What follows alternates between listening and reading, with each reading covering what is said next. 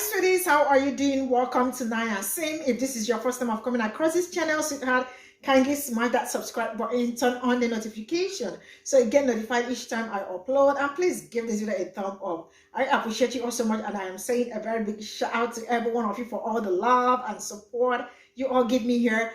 I am so grateful. Thank you all so much. So today we're talking something really very important.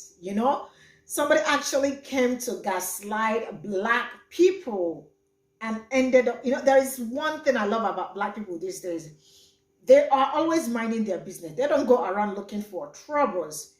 But when you look for their trouble, they come out in mass. And this young lady, black people were resting, sleeping, and she decided to knock. And you know what? They answered her. When they answered her, they sent her back home. Her account is no more as I speak to you.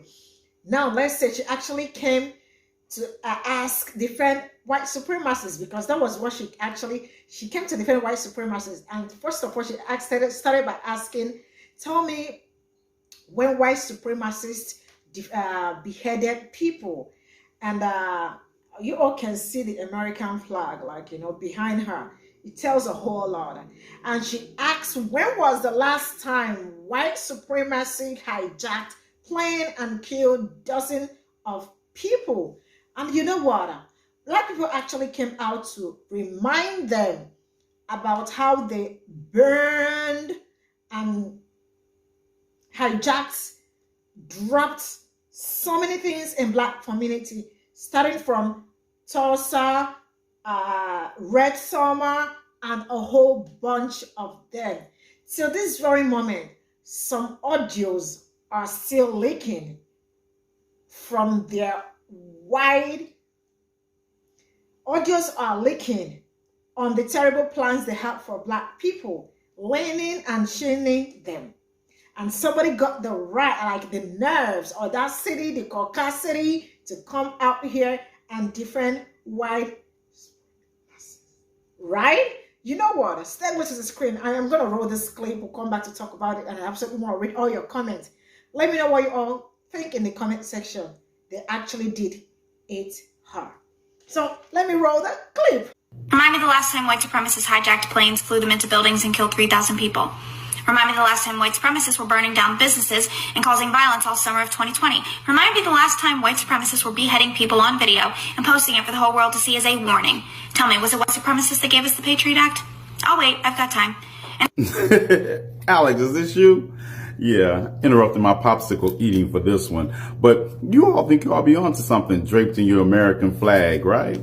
All right. How would you like this? Alphabetically or in the order you listed them? Either way, let's get it. Remind me the last time white supremacists hijacked planes, flew them into buildings, and killed 3,000 people.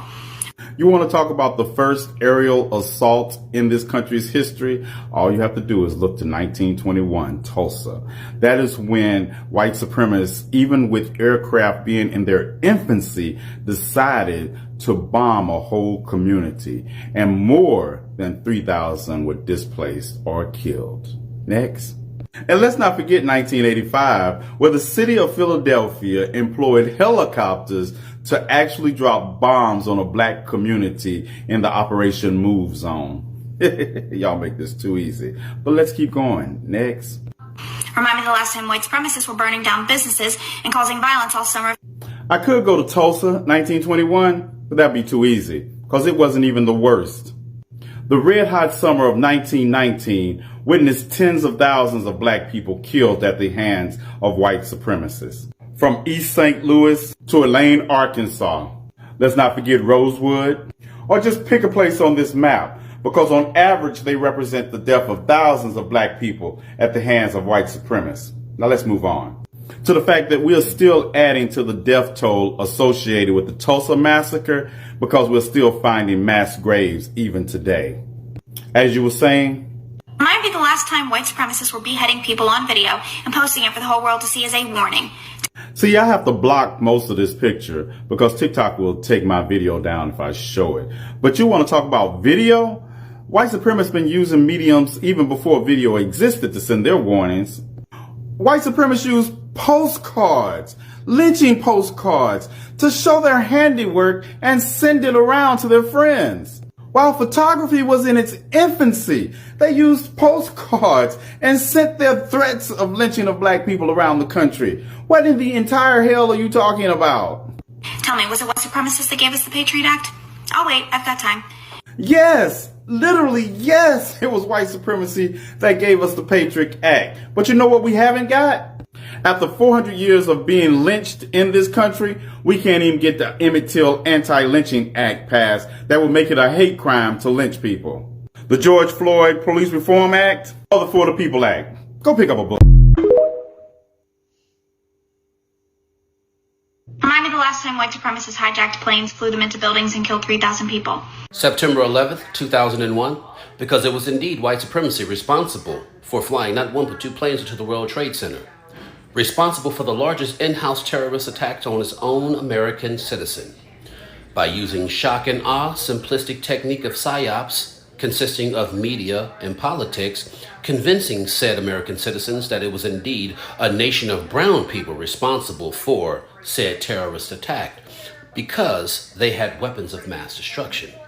As if America itself isn't sitting on 3,750 unexploded ordnance consisted of nuclear warheads. Last I checked, it was white supremacy who released not one but two sons on innocent Japanese people of Hiroshima and Nagasaki. But what do I know? I'm just a retired, bitter, non-commissioned officer with PTSD.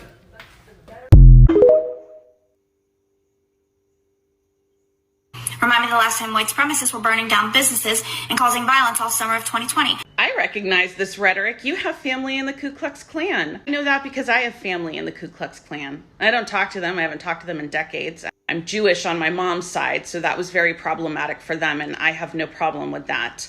But I remember hearing this bullshit growing up when they were weirdly trying to indoctrinate me while calling me a half-breed because of my Judaism. This doesn't end well for you, because I know exactly you're hearing the stuff that you're spouting. You've heard from the male figures in your life, and you're spouting this stuff because you want them to like you. I saw it time and time again with all the other girlfriends, wives, and daughters. You're doing this for their approval. The more you spout it, the more they'll approve. But here's the thing. They don't respect women any more than they respect the Black community, Latin, Asian community, and Jews. This doesn't end well for you. Remind me the last time white supremacists were beheading people on video and posting it for the whole world to see. At 2:30 p.m. on May 14th, 2022, a white supremacist opened fire in the parking lot of a grocery store in Buffalo, New York, before moving inside.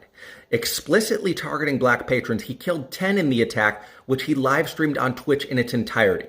This attack was directly inspired by the 2019 attack on two mosques in Christchurch, New Zealand, which was live-streamed on Facebook. The attack in New Zealand was explicitly inspired by the actions of two other white supremacists, one of whom attacked a historic black church in Charleston, South Carolina, and killed 9, and the other who killed 77 in separate attacks on the Norwegian parliament and on a summer camp on the island of Utoya. The online far-right reveres these men. They refer to them, and others like them, as saints, employing religious imagery to depict them, and they encourage each other to join the ranks of these martyrs. Also, a quick note, look at the GoPro there, and over here, this is blurred out not because of what it is, but because of all the imagery that was on it. I appreciate the great work that the creator that I'm stitching did to place this girl's comments in their historical context, and I believed that they also needed to be placed in their modern context to more fully rebut them. I hope that the girl who's saying these stupid things is seeing these videos and learning. I think she just came out to gaslight people because they know they are violent people. Of course, you think they don't know? Well, they just want to come out to show their ignorance. Because if not, why would somebody come out to pure rubbish with confidence?